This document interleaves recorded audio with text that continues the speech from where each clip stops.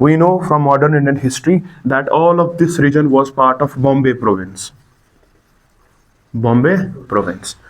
And here there was the princely state of Kutch. यहां से ये सारा बॉम्बे प्रोविंस, ऊपर से Sindh was also part of what? Bombay province. Sindh was also part of Bombay province, जो सिंध अभी पाकिस्तान के साथ है. यहाँ पे the princely state of Kutch was there. And the Bombay province and princely state of Kutch used to have this dispute कि हमारे बीच ये सेटल होना चाहिए कि सर क्रीक किसका है. ठीक है. Finally the Bombay province resolution of 1914, 1914, आजाद से बहुत पहले, settled this and claimed that the eastern line, मतलब अगर ये सर क्रीक यहाँ पे है, ये सारा डिस्प्यूट यहाँ पे है, वाटर चैनल आ रहा है, ऐसे थोड़ी सी जमीन भी है, इसका वेस्ट यहाँ से होगा, ईस्ट यहाँ से होगा, ईस्टर्न लाइन ये वाली line, the eastern line will be the border, the eastern line will be the border. अगर हम इधर अब इसको पिक्चर करते हैं, if eastern line will be the border, तो ये सर क्रीक अभी कहां जाएगा? पाकिस्तान, क्योंकि Sindh became the part of Pakistan. समझ में आ रही है बात? As per the Bombay province resolution number 1914, तो उसके according eastern line will be the border and this will be the part of Pakistan because now Sindh is the part of Pakistan. तब ये जो रेजोल्यूशन बना था, तब ये सिंध का पार्ट बना था और सिंध तब बॉम्बे प्रोविंस का पार्ट था. तब ये महाराजा ऑफ कच्छ को दिया नहीं गया. ब्रिटिशर्स ने ईस्टर्न बॉर्डर रखा और अपने पास रखा कच्छ को, इसको ना सॉरी सर क्रीक को. हाँ, ऑलरेडी इसका नाम था Banganga. The original name of this area is Banganga, and after it was named after the British colonial rule में इसका नाम change हुआ तो Sar Creek. So this was given to Sindh because Sindh was the part of Bombay province. The para 9 of this resolution, paragraph 9, para 9 of this resolution of 1914 says that it is eastern line. Para 10 says we can use Thalweg principle. We can use, in geography I have already taught you, Thalweg principle. Thalweg principle will be applicable while seeing कि क्या कर सकते हैं future में. Okay, so India claims Thalweg principle. Pakistan claims the eastern border. Pakistan claims the eastern border because now entire Sindh is a part of Pakistan. India says no, we will just demarcate the border of Sar Creek using Thalweg principle. It's a geographical principle used in international affairs. Geographical principle है used in international affairs to solve the border disputes, to solve the between two states who are sharing a water body.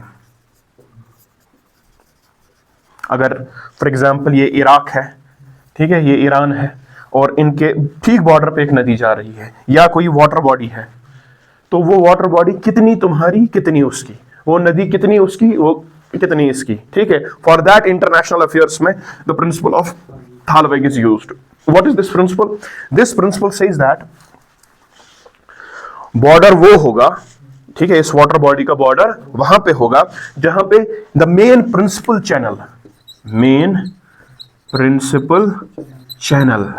Of water, जो main body है water की, क्योंकि इसकी distributaries निकलेंगी, कहीं से tributaries आ रही हैं, वो उसकी बात नहीं कर रहे हैं. द मेन प्रिंसिपल चैनल जो है वाटर बॉडी की मेन, और कंडीशन है नेविगेबल होना चाहिए. The main principal channel if it is navigable, कि उस पे शिप जहाज कोई चल सके. अगर वो नॉन नेविगेबल है तो थालवेग प्रिंसिपल अप्लाई नहीं होगा. नेविगेबल मीन्स कि आप उस पे उसको as a means of communication, means of transport use कर सकते हो. अगर आप इसको मीन्स ऑफ ट्रांसपोर्ट यूज नहीं कर सकते तब इसको नेविगेबल नहीं बोलेंगे. तो द मेन प्रिंसिपल चैनल, मतलब कि ये नदी आ रही है, ये मेन चैनल है, ये छोटी सी आ रही है इसके साइड में, छोटी सी, इसकी बात नहीं हो रही, मेन की. The navigable main principal channel की सबसे ज्यादा डेप्थ आप देखोगे कहां पे है. फॉर एग्जाम्पल हमें पता चला सबसे ज्यादा डेप्थ इधर है, ठीक है, तो इसी को लाइन मानकर यहां से एक्स्ट्रापोलेट करेंगे, इसी को लाइन मानकर यहां से एक्स्ट्रापोलेट करेंगे, ये वाला इसका, ये वाला उसका. बात समझ आई? The main principle navigable channel should be measured, उसका सबसे डीपेस्ट पॉइंट देखा जाएगा, उसी को एक्स्ट्रापोलेट किया जाएगा and this will be the border. आपका वहां से, मेरा यहां से. तो अकॉर्डिंग टू थालवेग अगर थालवेग अप्लाई करते हैं तो ये जो पार्ट बचा ये इंडिया के अंडर आ जाएगा। अगर पैरा 9 अप्लाई करते हैं ऑफ 1914 रेजोल्यूशन तो ये वाला भी सिंध की तरफ चला जाता है, क्योंकि बॉर्डर फिर यहां बनता है। बात समझ में आई? It has a very less military significance, which Sar Creek, but it has immense economic significance. That's why it has become a dispute, bone of contention. बात समझ में आ रही है? तो ये आपको समझ आना चाहिए। Here it's a small estuary, 96 kilometer long. The dispute is not with the partition of India. It is before independence. It was between the princely state of Kutch and the Bombay province, जिसके under Sindh आता था उस जमाने में। फिर सिंध को अलग किया गया था लेटर।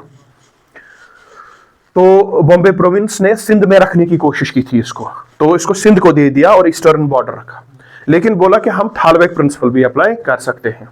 अब India says thalweg will be applied and it will be solved. Pakistan says thalweg can never be applied because the Sir creek is non navigable. Sir creek is non navigable. How can you apply Thalweg?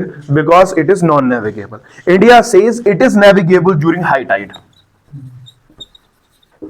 ये completely non-navigable नहीं है। When high tide comes, it is navigable. Fishermen come and go, इसी के through तो आते जाते हैं। वो कैसे आते हैं फिर अगर ये navigable नहीं है? ठीक है, तो it is the difference of perception between the two countries that Pakistan is also ready कि हाँ इंटरनेशनल डिस्प्यूट्स थालवेग से ही किए जाते हैं। ठीक है, जैसे इराक ईरान की एग्जांपल दी, सच में there is a river which was settled by way of what thalweg principle between France and Germany. बहुत दुश्मनी है, राइन रिवर पढ़ा है हमने, Rhine confederations in world history also.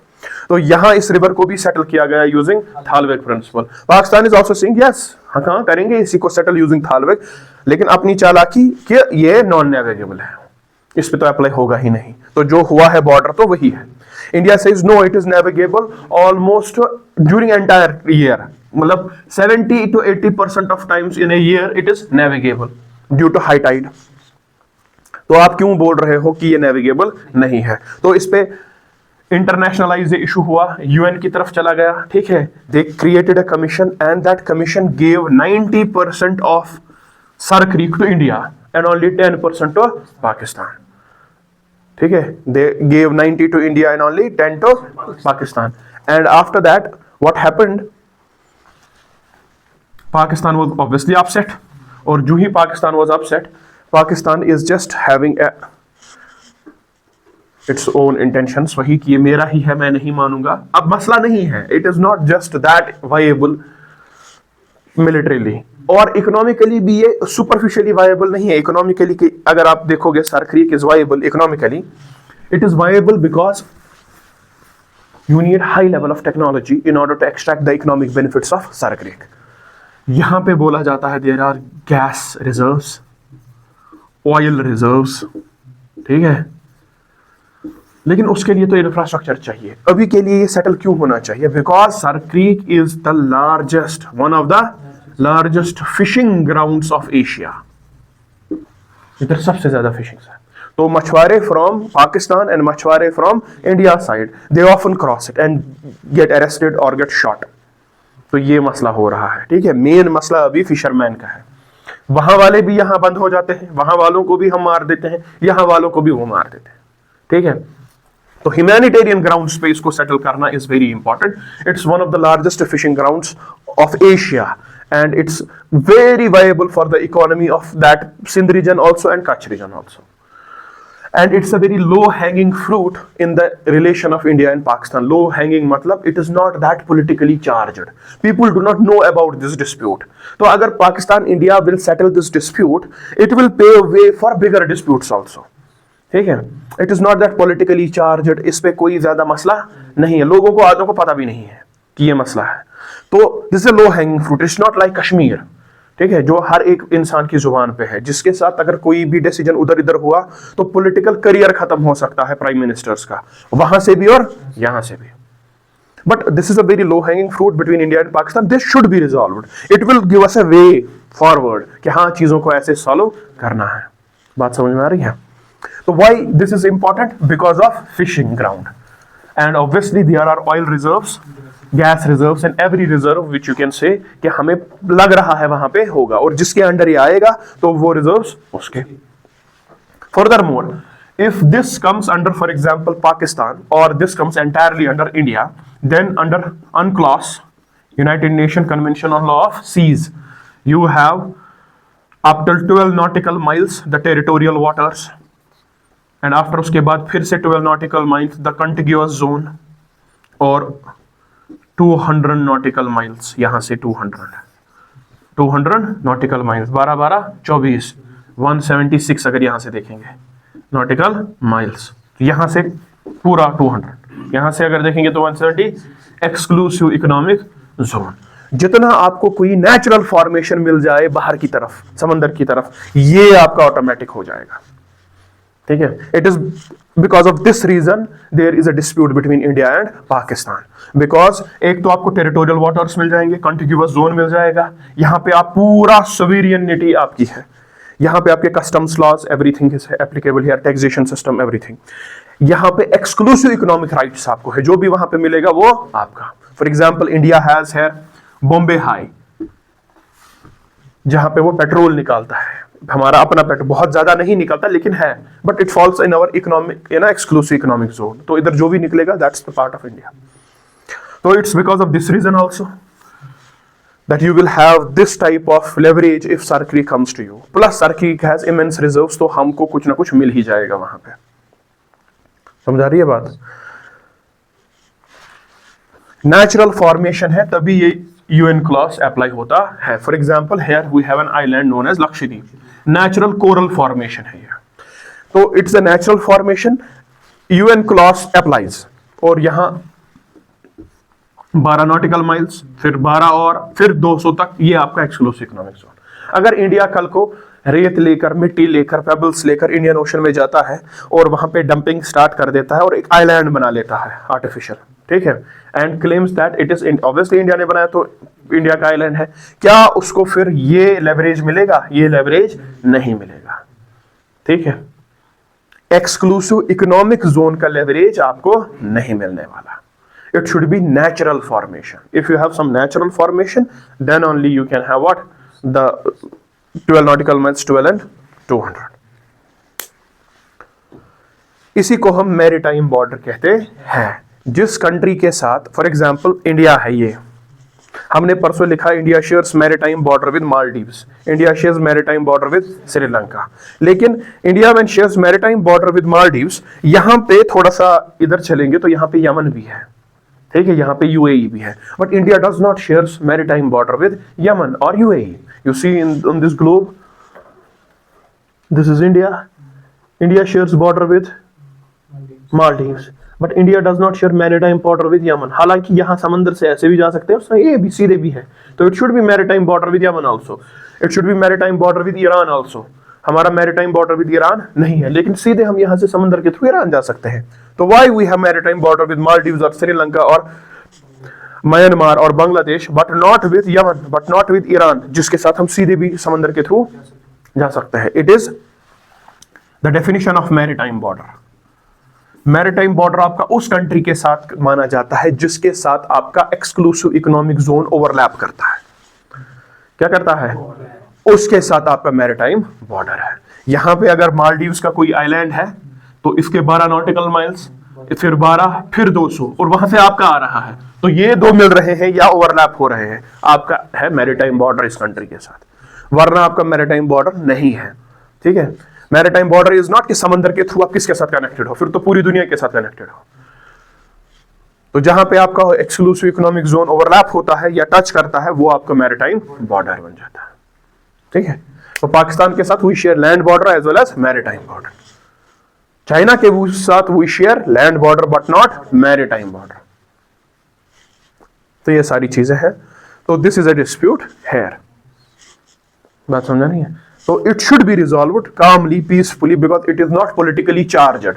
Once this will be resolved, it will pave a way for bigger disputes also, कि कैसे हम उनको सॉल्व करें। Am I clear?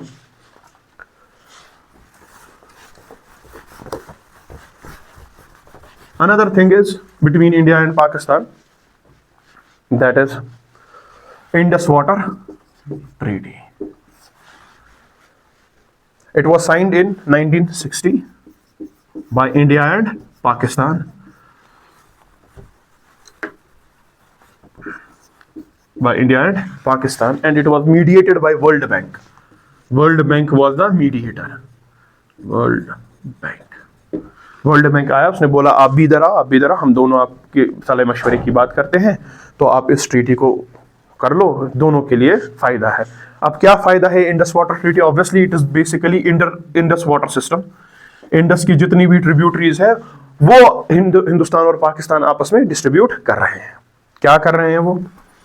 उन्होंने कहा that there are two sections of rivers of Indus, two sections, one are western flowing, other are eastern flowing. West flowing मतलब जो इस साइड से है, और ईस्ट फ्लोइंग जो इस साइड से है। इन्होंने कहा इंडस, झेलम, ठीक है, Chenab, Ravi, Beas, Sutlej. These are the part and parcel of Indus River system. According to this treaty, Ravi River, Bias River and Satluj River came under 100% utilization and control of India. Indus River, Jhelum River and Chenab River came under 100% utilization of Pakistan. कि इनका जो भी पानी है वो पाकिस्तान इस्तेमाल करेगा for any purpose, dam, electricity and everything. समझ में आ रही है बात? और इनका पानी कौन करेगा इस्तेमाल? India. Despite having a war in 1965, a war in 1971, a Kargil limited war and multiple terrorist attack up till Pahalgam, इस treaty के साथ कुछ नहीं हुआ था। बात समझ में आई? This was one of the most successful treaty between the two countries which are at constant turmoil with each other. समझ आ रही बात? तो इंडस पे इंडिया का कोई हक नहीं as per this treaty, Jhelum पे कोई हक नहीं और चनाब पे कोई हक। क्या हक है कि लिमिटेड इरिगेशन के लिए इस्तेमाल कर सकते हैं, लिमिटेड इरिगेशन, और run of the river, hydro electricity, hydro projects बना सकते हैं। रन ऑफ द रिवर मतलब आप डैम नहीं बनाओगे पानी स्टोर करने के लिए, आप ऐसा हाइड्रो इलेक्ट्रिक प्रोजेक्ट बनाओ कि पानी चल रहा है, उसमें आपने टर्बाइन्स डाल दिए, वो घूम रहा है।